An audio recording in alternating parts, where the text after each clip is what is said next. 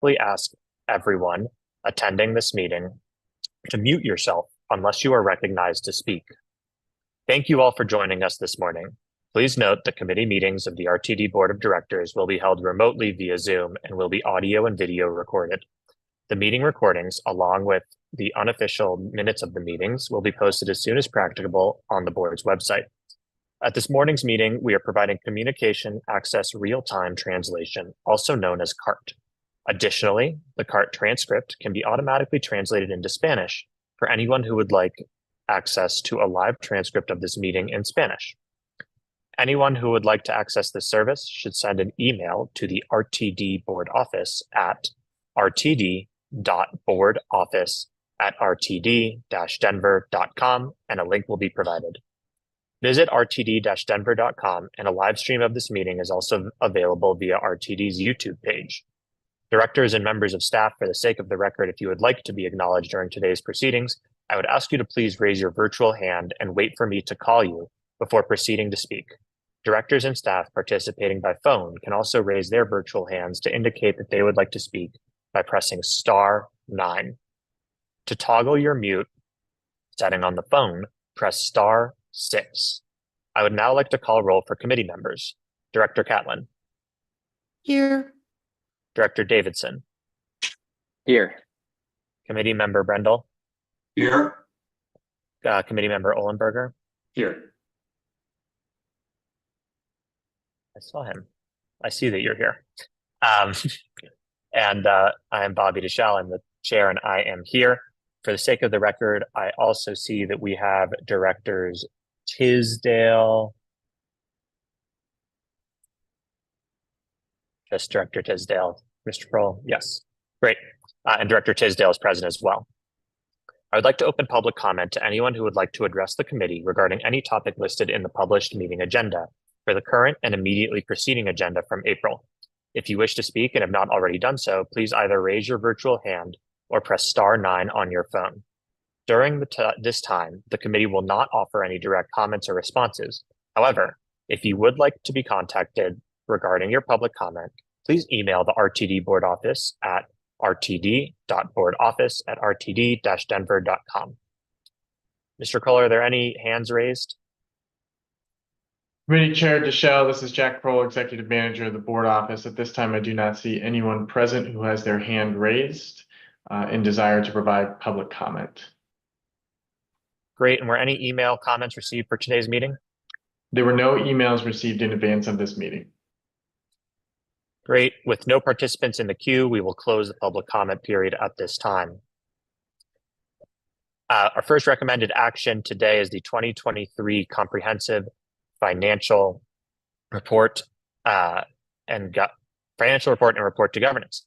For the Board of Directors to accept into the records the Regional Transportation District's annual Comprehensive Financial Report, which includes audited financial reports relating to the year ending in December 31st, 2023. Is there a motion? So moved. Second. I hear Director Davidson as the movant, Director Catlin as the second. I would like to ask Doug McLeod, Chief Financial Officer, and Byron Atten, Senior Manager of Accounting, to present this item. Thank you, Chair Deschal. Good morning, everybody. And I'd like to start by thanking Byron Atten and his team.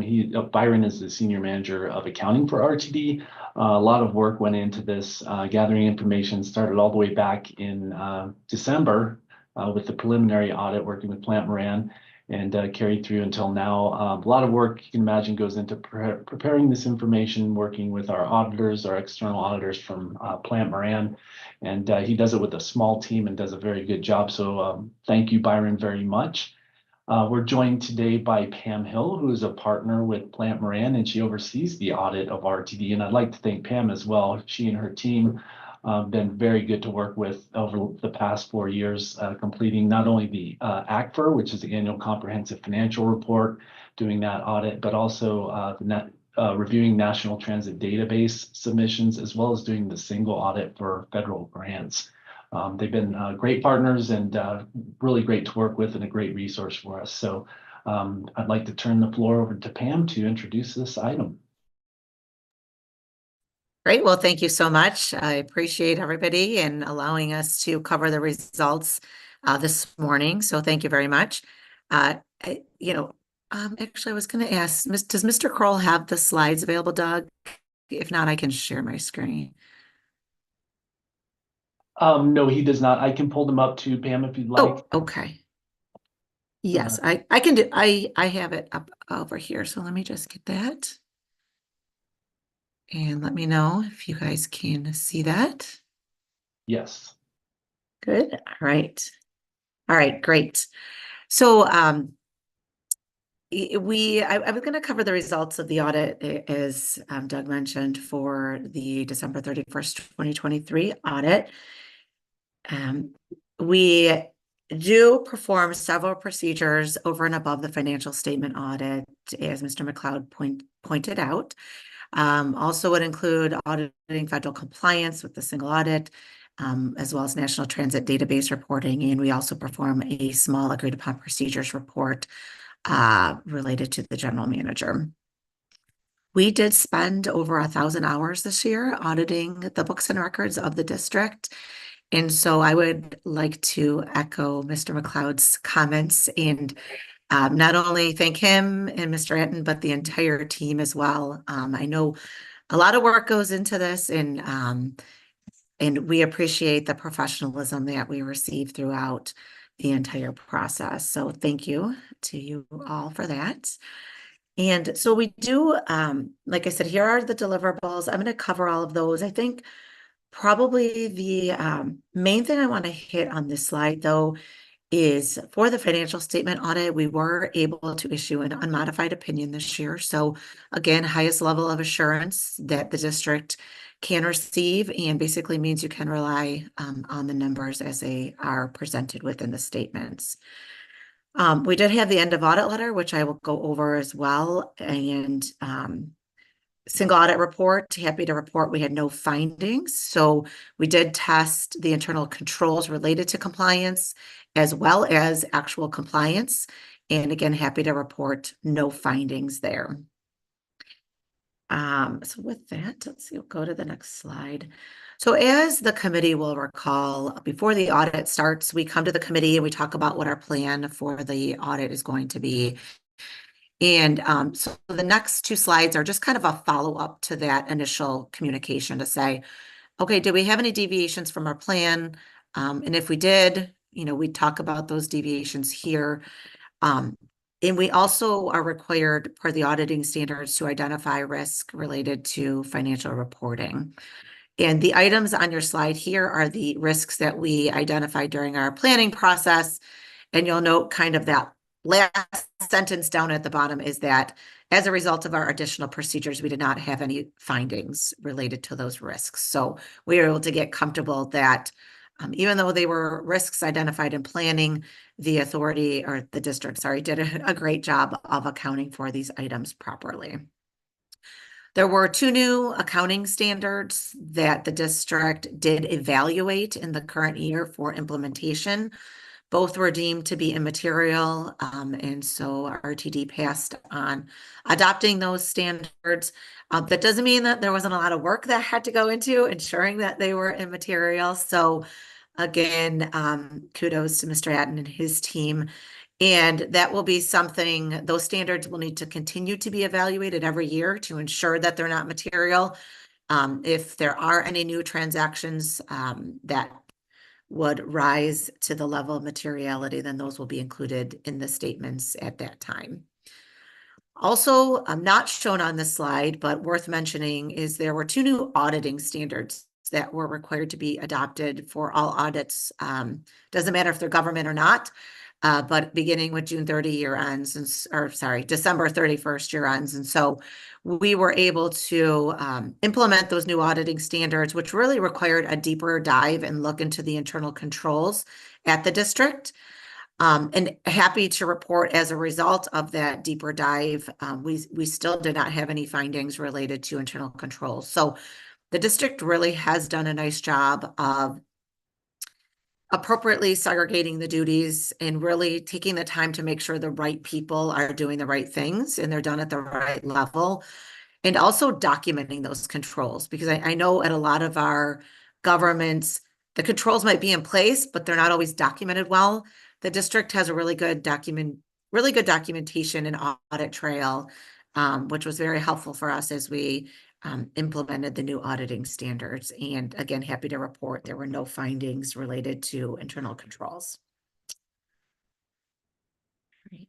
On the next slide, nothing really to touch on here other than, again, we followed our audit plan as laid out. I would maybe like to point out one item, and Mr. McLeod mentioned this, is the audit process does really go on for quite a while because of the interim procedures, and then we have field work and wrap up. And we do wait for the salaried trust is audited separately, and so all the information comes from a third party. And so that audit did take a little bit longer, and the committee may remember that we had a similar issue, I think, in the past. So we were able to complete that audit, and once that was completed, the financial statements were able to be issued. And so that's why the issue date is a little bit late. I think similar to what it has been in the past. The district was ready, and financial statements were really prepared by the end of March. So, you know, a lot of the auditing procedures were really done by March and April, and then there was just a few straggling things waiting for the salary trust audit to be completed. And I would also like to point out, I think one of the benefits and the efficiencies that we've found in the audit is really the great communication that we have with Mr. McLeod and Mr. Atten and team throughout the year. When different transactions get entered into and things happen, your team does an excellent job of looping us in and reaching out. And so we're able to work through some of those complex issues throughout the year, which helps to make the audit process go smooth at year end. Again, nothing overly to note on here. You know, basically everything went to plan. We did have two past adjustments as noted on here, but they were not material to the financial statements. And the one we've had is a similar adjustment for the last several years. And then lastly, some legislative and informational items. I did not plan to go over those today, but I know you've all had the letter. If anyone has any thing they'd like to chat on related to that, happy to go into further discussion on that. But again, those are in more detail in the letter.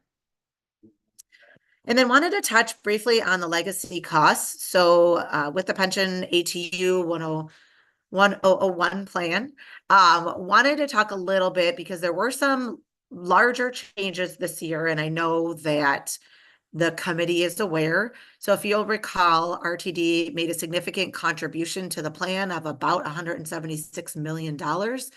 And you'll see that reflected over here in the plan net position in the far left corner. So you'll see that significant increase in the plan net position, and that was largely due to the significant contribution that was made to the plan. And hence the large jump in the percentage funded that went from about 55% to over 70%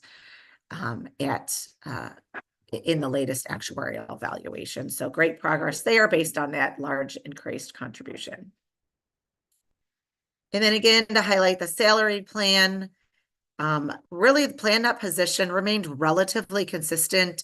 It was down slightly from the 2022 fiscal year, but if you keep in mind that these results are on a one-year lag, so the valuation that's being reported in your 12/31/23 financial statements are actually based on your 12/31/2022 results. And if you all remember, the market was down pretty significantly at 12/31/2022. And so I would expect to see that jump in the investment income on the fiscal year 24 audited financial statements. Again, still you ended up almost at 70%, so 69% in kind of industry average, and where you want to see from a funding percentage is a healthy plan is typically in that 70-80% range, which is really where you've been for the last several years. And then lastly, on your expenditures of federal awards and the spending of your federal dollars. Obviously, you see that big jump in 2020 with a lot of the COVID money that came through that the district used to maintain operations throughout the pandemic. And you'll see a lot of that has been spent in 2023. That dollar amount was much less. And although still significant, the district spent approximately $224 million in federal money in 2023. And we did perform, as was mentioned, the federal compliance audit where we tested the federal transit cluster.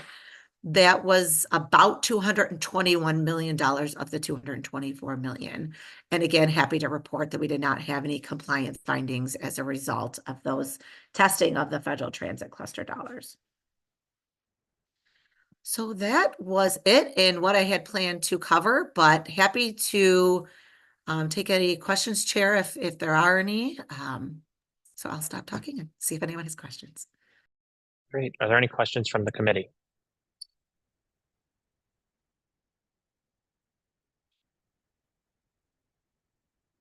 See no hands. Director Davidson. Yeah, thank you, Chair. I'll just keep it brief at the end here and just thank our team. Great to see a report like this with no findings and very much appreciate it. Thank you, Plant Moran, and thank you to our team for the engagement, the work, and diligent financial management. Appreciate it. Director Catlin. Thank you, Mr. Chair. I echo Chair Davidson's comments, and I also wanted to thank you, Pam, for highlighting the fact that the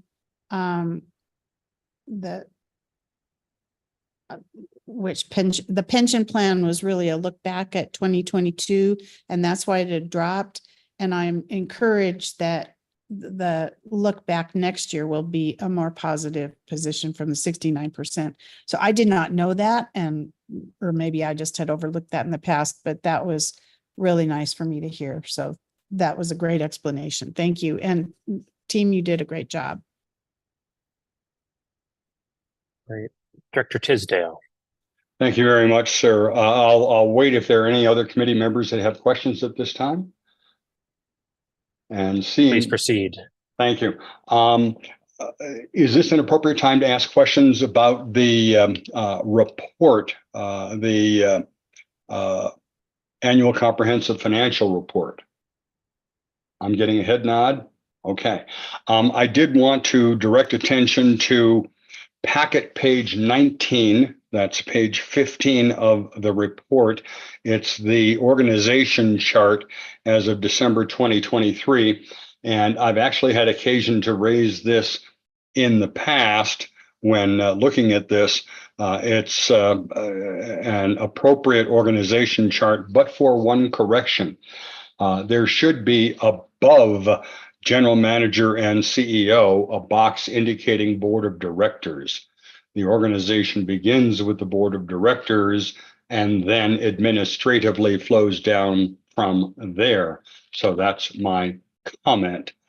Then on packet page 28, excuse me, which is page 24 of the report, but packet page 28 in the 6th full paragraph, it recites, and that's toward the bottom of the page, RTD's capital assets net of depreciation decreased 4% in 2023 and 5.4% in 2022, primarily due to depreciation. My question is, I thought the numbers were net of depreciation, so why would we report that it was due to depreciation? That's probably my financial ignorance. And so I freely admit that, but I was wondering if there might be a comment about that. Mr. McLeod, please. Thank you. Thank you for the question. Finance Plan Committee Chair Tisdale. Yeah, that's not very well worded. The intent on that one is that the overall net investment in capital assets decreased by 238 million. And it takes into account depreciation, both the beginning number and the ending number. So that the two numbers compared year over year decreased by $238 million, $238 million, and it was due to depreciation. So you're correct. And thank you for reading this so carefully.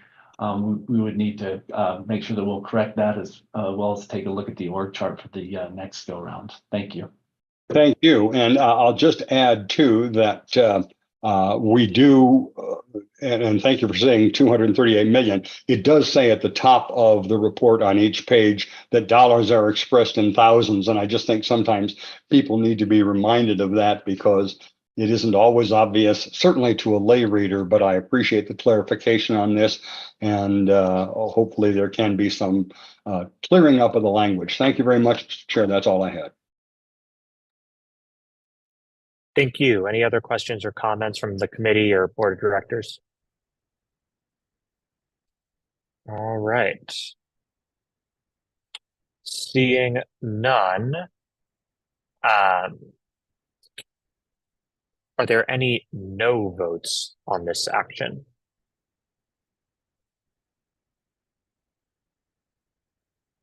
Okay, with 5 aye votes, 0 no votes, and 0 abstention, the motion passes.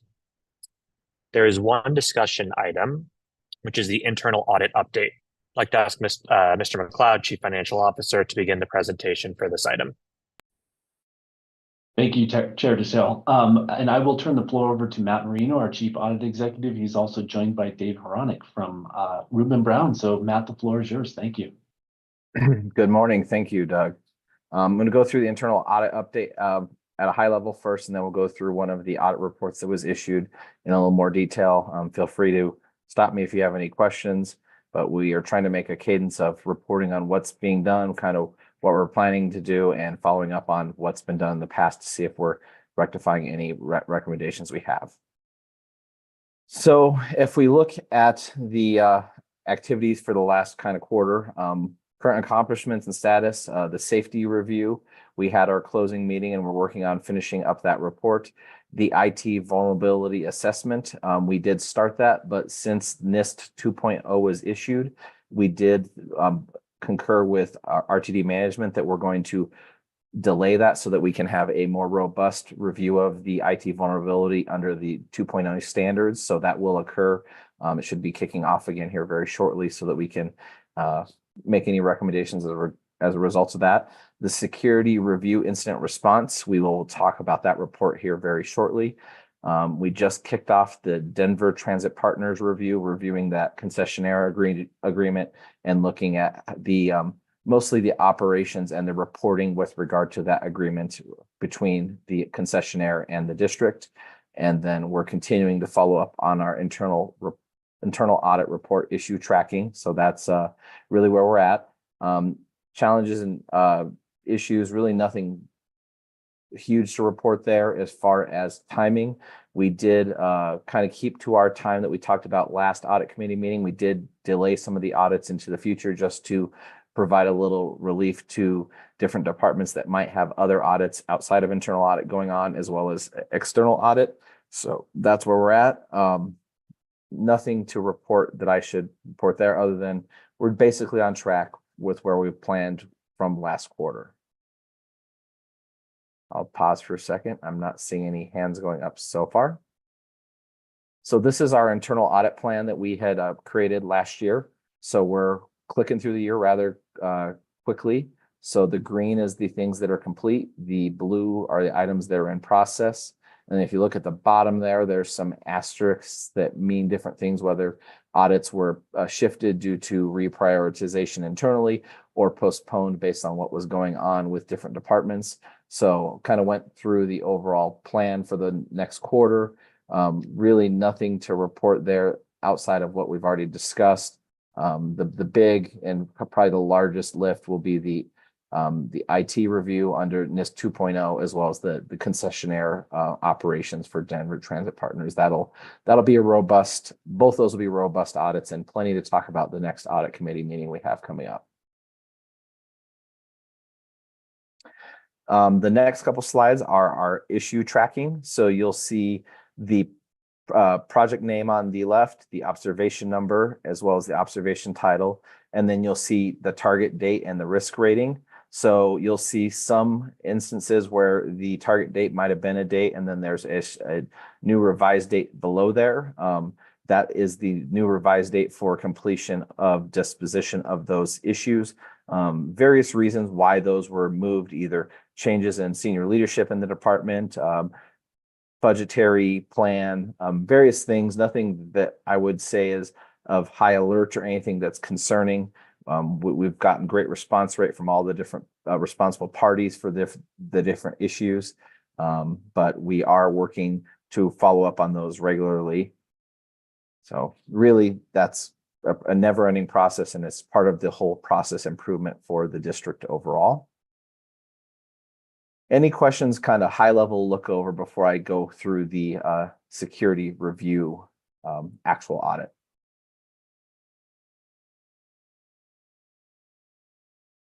Okay, not seeing any hands going up. I'll proceed. So we did a review in partner with our subcontractor Dietrich Partners. So they were assisted with this audit very heavily.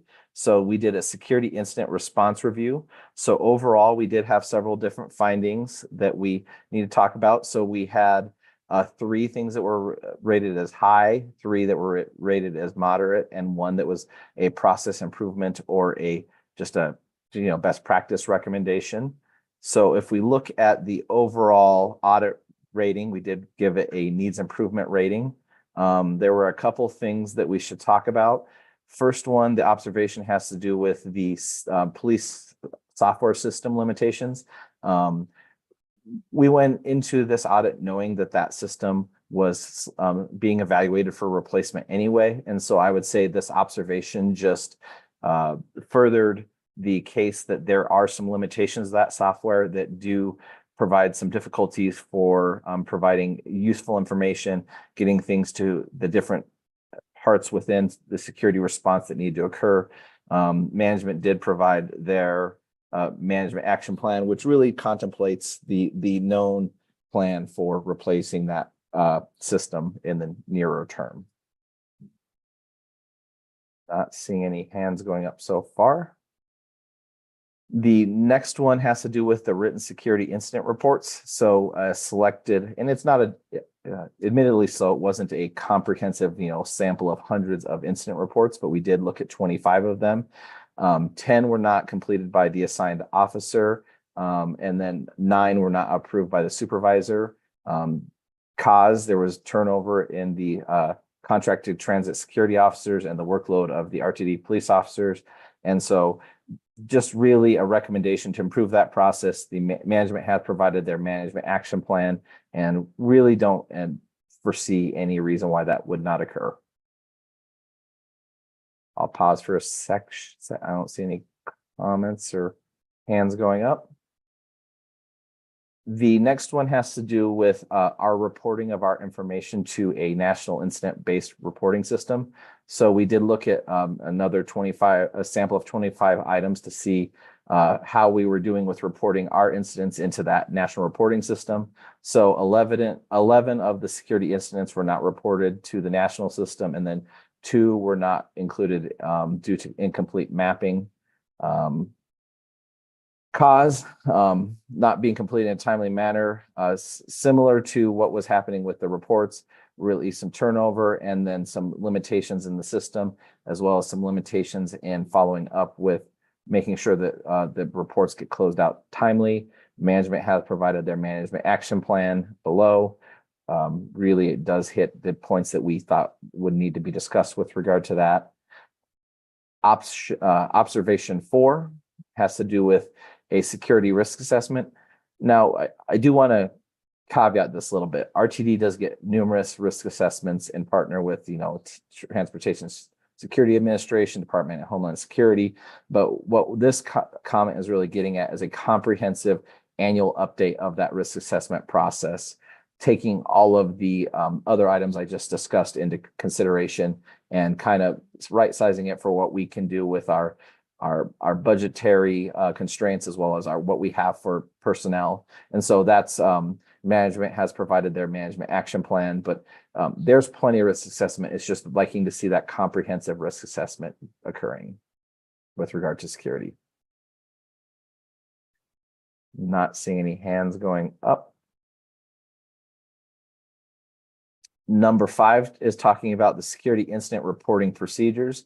The documented policies and procedures relating to the daily 24-hour reporting for incident reports, as well as our national reporting, are not fully documented and really don't exist. So really, it's hard to complete reports if you don't have clearly defined expectations, rules, and policies. And so management has provided a management action plan that should rectify that into the future.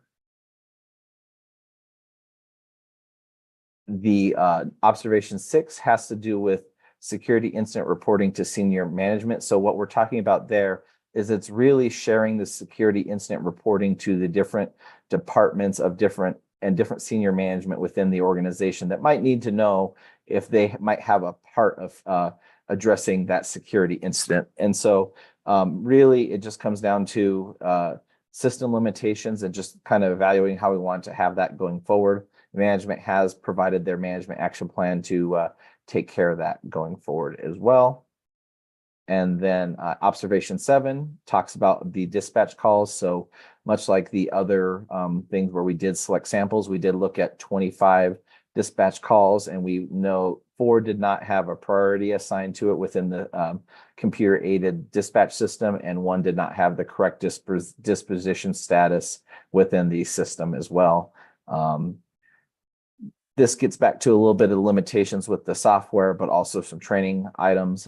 Management has provided their action plan below, and this one was rated as a low or process improvement just because the error rate was not very, very high, but there was some areas for improvement. And that is it for with regard to the audit. I'll stop for questions.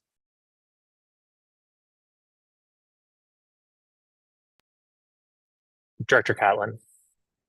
Thank you, Mr. Chair. I noticed that, I was alarmed when I saw needs improvement, but then when I delved into the report, that it's explained very thoroughly. The computer aided dispatch system, I noticed that will not be updated until 2026. I was thinking that it would be beneficial to see a follow-up audit for 2025 to see how we've been making progress on this. But I don't know, absent that system, if we're going to get meaningful data. But I still would like to see how we are progressing on this at an interim basis, and then finally, when the system is put in place, if it has a jump in improvement. But I was pleased to see the management action plans, and would like to note that a lot of those actions or a lot of those efforts are underway and have been underway for a while, recognizing that this report did take a look back from the previous year, and we've made great strides in terms of hiring and staffing and planning for our security systems. So that's all I had. Mr. Marino. We will, to the extent that there aren't, like if the management action plan doesn't require the update of a system, we will follow up and try and dispose of any of the items. So like we still should close out the reports within the system that we have until we've upgraded it. So we will report back to you all at the next audit committee, where we're at with that. So. Mr. Ullman. Thank you, Chair. So it seemed like a lot of the issues were regarding individual incidents that happened and failure to report, or the reports weren't submitted on time, that kind of thing. I did see, I think it was issue number 4 regarding the risk assessment, but as part of the audit, did you guys look at, or maybe it wasn't an issue, but I would imagine that all the incidents that happen on the RTD, bus lines, rail lines, whatever the situation is, is anyone analyzing that at a high level to say, okay, let's have some strategic action with our department here, with the police department, and say, maybe we need to put more people out on the A line because we have a problem out at the airport, and that kind of thing, to take all these incident reports and analyze them to say, where are our problem spots? Where do we need more officers? Is our response the right response for these types of things? Do we need to change our way of doing things? Looking at all that and doing the analysis on that, if you could comment on that.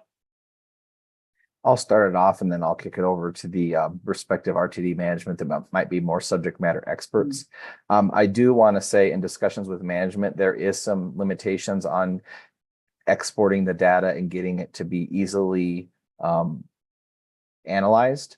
So there is some system limitations, but I know they are doing risk assessments, and I'll let them discuss to that. But they're having a more robust system where you can easily extract that data is part of the limitation. But I'll stop from there and let anybody who wants to speak in from other RTD management. Mr. Chair, if I may. Please. Yes, I'm going to provide some context to Mr. Ohlenberger's question. I'm going to yield the floor to Deputy Chief Martin Gano. So for your edification, Mr. Ohlenberger, RTD does have a strategic plan, and the strategic plan includes 4 priorities. From those priorities, we have community value, customer excellence, employee ownership, and financial success. We garner information through a myriad of different avenues to help us discern what we should be working on within those 4 priorities. And those 4 priorities happen to be back to basics, people power, and a welcoming transit environment. Within that element of welcoming transit environment, there are key performance indicators. There are various data points which we collect and use a myriad of different sources to get that data. We have a Transit Watch app that individuals utilizing our system can report, including employees. We use information for employee surveys, and we discern where we should best be deploying individuals. And that has led to the creation of 5 sectors that have commanders overseeing that. So I just wanted to provide that context for you because we are being intentional as we go forward. And with that being said, I'm going to yield the floor to Deputy Chief Martin Gano to further elaborate. Thank you very much. Yeah, thank you, ma'am. And we have a crime data analyst daily. He pulls reports, incidents. We look at those. We look at times. So there are capabilities on our current system. It's just an antiquated system for what we had. We have recognized that we needed to update our CAD and RMS system. It's taken a process to get. We had over 1,000 points that we wanted to upgrade. So that went out to a very extensive procurement process. We were down to 2 companies right now, and we continue to make sure that they are going to be able to give us what we need moving forward. And you also have to remember a lot of the incident reports, as is mentioned by many people here, we're solely reliant on security officers. We are now moving to police officers. Our police officers are trained by us internally. They know our policies and procedures. They go through an extensive field training program before they are able to go out there on the street by themselves. So we are getting better daily capturing from them, just because they know exactly what should be put in the reports, the priority levels, if there's suspect information, all those indicators that help us deploy resources. So everything that we have seen and from this report, from the pulled reports to today, we have already made great strides in changing and being a better organization from today on. Thank you. Great. Mr. Ellenberger, anything further? No, I think that's it. Thank you. Awesome. Thank you. Chair Davidson. Yeah, thank you, Mr. Chair. My question is partially broad, but a little bit specific as it relates to observation 5. I note that quite a few of the management action plans center around the new computer-aided dispatch and record management system software that will be implemented. I noted on observation 5 that this is the security incident reporting procedures. The cause of this particular observation was due to a lack of standard operating procedures. The management action plan, however, centers around the implementation of the new software. and the target date is June 30th, 2024. I'm wondering if just management could shed a little bit of light on the action plan. Is this a matter of getting standard operating procedures in place first? Is that why that's a June 30th, 2024 date, followed by then implementation of the software? I think it'd be helpful just to understand a little better what standard operating procedure modifications we're making, if any, in advance of the software, or if the software is really the full extent of the management plan on observation 5.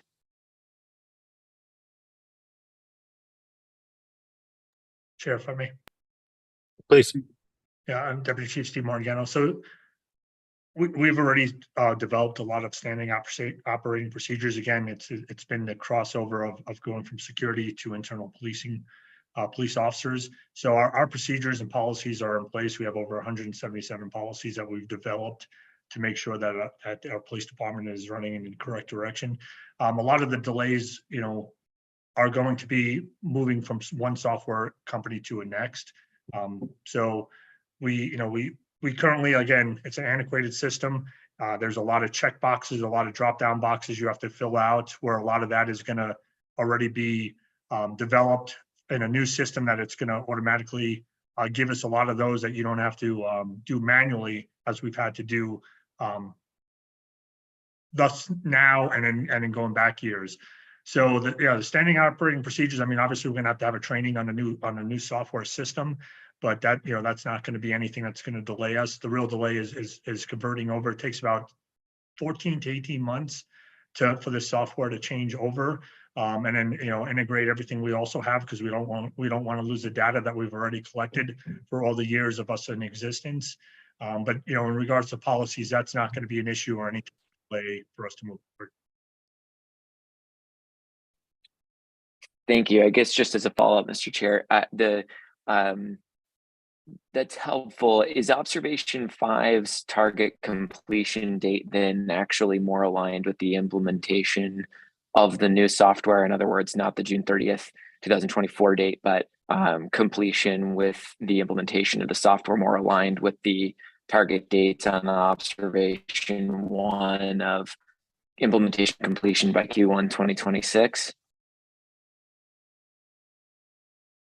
So, I mean, we continue to do we continue to look at our policies and make sure we're having the operation plan started. And I apologize, I don't know if it's my internet lagging, but some of your conversation I didn't hear totally. But we are doing we are internally making sure we're ready to and starting on our NIBRS system, our NIBRS reporting, all the different types of reporting that we have to better our crime data analysts. Analysis of what we're capturing out there, and then all that will just go into when the new software is put into place. All the items that we asked for the new software were pretty much designed already. So a lot of our standing operating practices were all things that we had asked the new programs to develop for us. So again, we're going to be ready on our part, continuing trying to capture the data we need to continue as to be successful, to present our welcome transit environment. And then once that software comes in, it's just going to coincide and just blend together. Thank you very much. Apologies if my audio clipped. That answers my question. Thank you, Mr. Chair. Thank you. Mr. Marino, I'll turn it back over to you. That is the remainder of the audit report. As I mentioned earlier, we will have several reports that we'll bring to you. I believe we're slated for a September meeting. So that'll be likely the safety, the IT under the 2.0 NIST, and then we'll see how quickly the concessionaire audit wraps up and whether we can get that into packet prior to that meeting.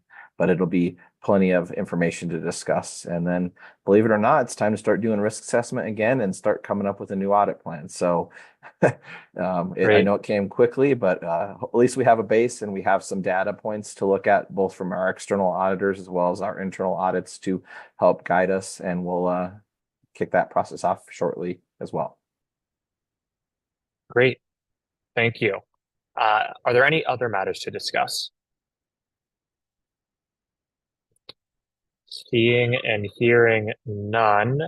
The next audit committee meeting is scheduled for Thursday, September 12th at 10 a.m. I would like to also draw everyone's attention to the fact that we could have several openings for committee members from the board at the end of this year. The executive committee is slated to discuss the process for selecting directors to serve on this committee at the executive committee meeting on Thursday, July 25th. Seeing no other discussion, this meeting is adjourned at 10:46 a.m. Thank you, everyone. Bye, everyone. Thank you.